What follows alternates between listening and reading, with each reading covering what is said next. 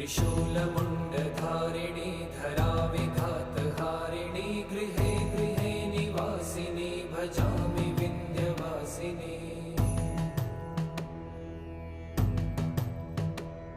दरिद्रदुःखहारिणी सदा विभूतिकारिणी वियोगशोकहारिणी भजामि विन्ध्यवासिनी। लसत्सुलोललोचनं लतासनं वरप्रदं कपालशूल